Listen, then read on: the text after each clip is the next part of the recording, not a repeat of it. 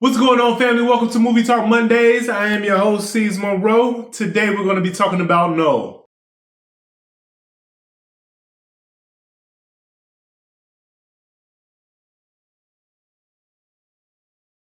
Now, normally Movie Talk Mondays talks about the films, and we're going to get into Venom: The Last Dance a little bit, but we got into the full review on the C's Monroe Show. So if you guys haven't checked that out, definitely go check it out here. I appreciate you guys for tuning in as always. So before we get started, go ahead, like, subscribe, and hit that notification bell. Let's get into Noel. So Noel is a fairly new character. He's only been around for about 6 years. And like I told you guys before, I'm not really into the new mythos of the Marvel Universe too much right now. Only reason why I know about Noel is because he's a Spider-Man villain, so to say. And Spider-Man is like top tier when it comes to Marvel Comics. Plain and simple. I'm not talking MCU or SSU. I'm talking Marvel Comics as a whole. Noel is very important to the King in Black story, the Necro Sword, and which was kind of funny because in Thor: Love and Thunder, Gorr the God Butcher used the Necro Sword.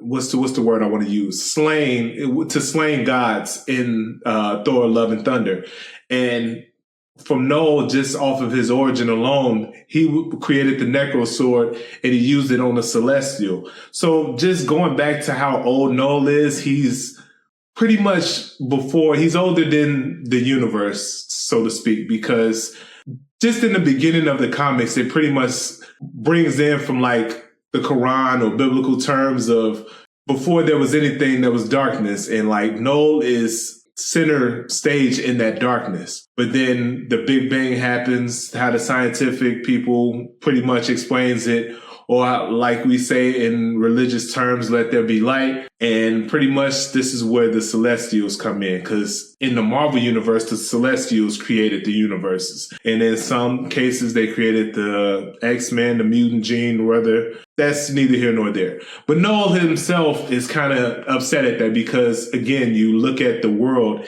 and you look at the light, the void of light, and you feel like that there is nothing going on. But it's like Noel is pretty much saying that there was worlds within this darkness, and you guys are pretty much invading these worlds. So that's what made him slay a Celestial for the most part. So them bringing Noel into the SSU, I kind of felt like it was a cash grab. They just wanted more eyes on Venom: The Last Dance because the film was so terrible. If you haven't checked it out or if you haven't seen my review, definitely go check it out before we get into this conversation.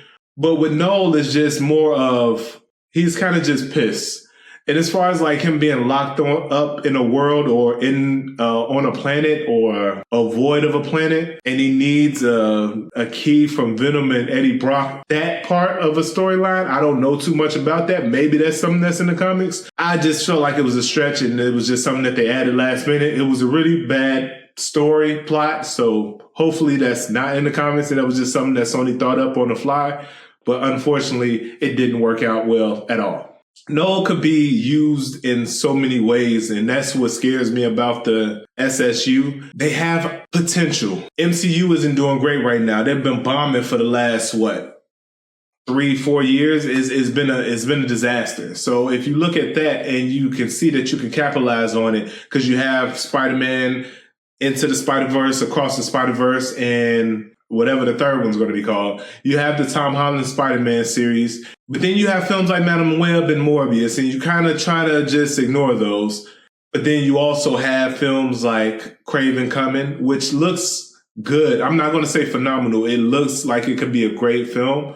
I just don't trust Sony enough to create that great film, but we'll see. Creating these characters and these origin stories, I don't feel like it's necessary, so I'm going to get into why I feel like Noel doesn't need an origin story, because we can just introduce him and then start learning more about him as we go. Thanos didn't have an origin story. Black Panther didn't have an origin story, and those storylines seemed to make more money at the box office. People were more interested in them, and they had rewatchability value. How many times people are going to want to watch Spider-Man become Spider-Man? Like, it gets annoying after a while. So that's that. I think they have potential because I feel like this relationship with Sony and Disney needs to start working out a little bit better because there's potential to go beyond what they've done so far. Using Spider-Man in a couple of MCU films, bringing Vulture into Morbius. I guess they didn't do too much as far as bringing MCU into Sony, but you guys get my point. But with Noel, again, the fact that Gorr the God Butcher used the Necro Sword in Thor Love and Thunder, connecting those characters. Like I told you guys back in 2022 when Morbius came out, connecting Morbius, bringing Blade in with Morbius would have been phenomenal.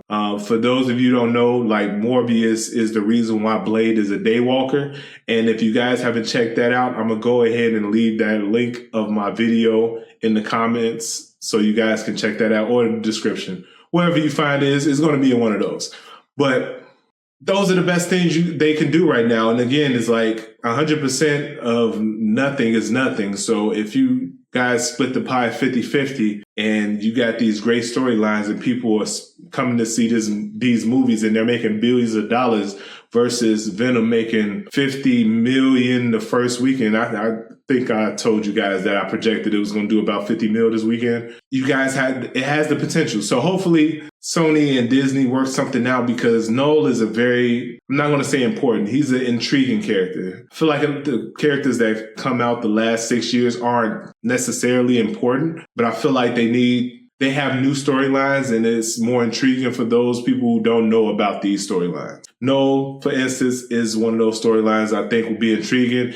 The introduction was bad. They can try to rewrap this up into something great. Again, same with the Gorr the God Butcher.